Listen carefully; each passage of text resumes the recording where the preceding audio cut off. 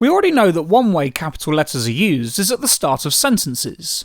They help the reader identify that a new sentence has begun, making the meaning of the sentence clearer.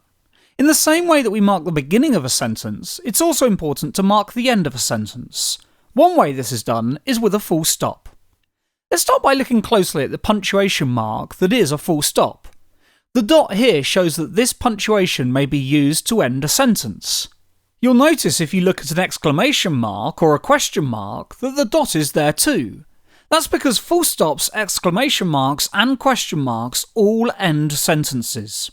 We'll learn more about exclamation marks and question marks in later lessons. But let's start by looking at a simple example. Ben danced excitedly. This is a clause that contains a single idea. Before we can say it's a sentence, we need to add some punctuation. We'll add a full stop to the end. Now we have a simple, well-punctuated sentence. Here's another example. This time we're asked to add the missing capital letter and full stops.